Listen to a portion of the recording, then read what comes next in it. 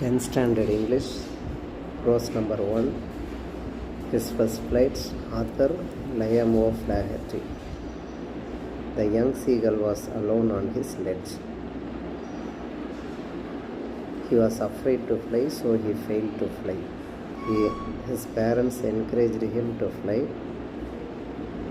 He did not move, so they scolded and threatened him.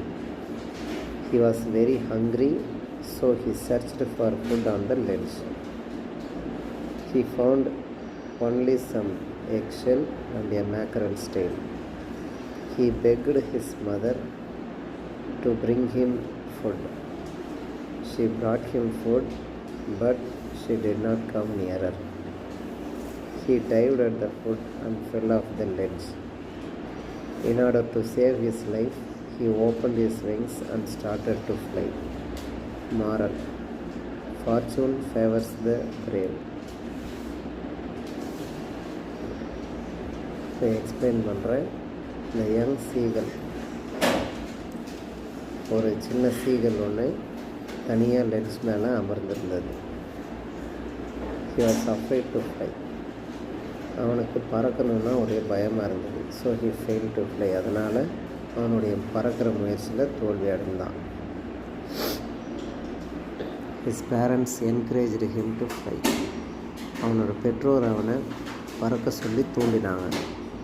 He did not move. ஆனால் அவன் கொஞ்சம் கூட நகரலை. So they scolded and threatened him. அதனால் அவங்க திட்டினாங்க, பயமுறுத்தினாங்க. He was hungry, so he searched for food on the ledge. அவனுக்கு பசியாக இருந்தது.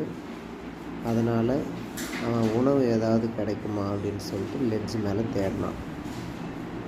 He found only some eggshell. அவன் தேடினப்போ அவனுக்கு கிடைச்சது என்னென்னா கொஞ்சம் முட்டை ஓடுகள் தான் கிடைச்சிது. And a mackerel's tail. ஒரு மேக்கரல் அப்படின்ற மீனோட வால் மட்டும் கிடைச்சிது. He begged his mother to bring him food. அவன் தன்னோட அம்மாக்கிட்ட உணவு கொண்டு வர சொல்லி கெஞ்சினான். She brought him food. அவளும் கூட உணவு கொண்டு வந்தாள். But she did not come nearer. அம்மா உணவு கொண்டு வந்தாலும் ஆனால் அவங்க ரொம்ப பக்கத்தில் வரவே இல்லை. ஒரு குறிப்பிட்ட டிஸ்டன்ஸில் தள்ளியே இருக்கிறாங்க. He dived at the food and fell off the ledge.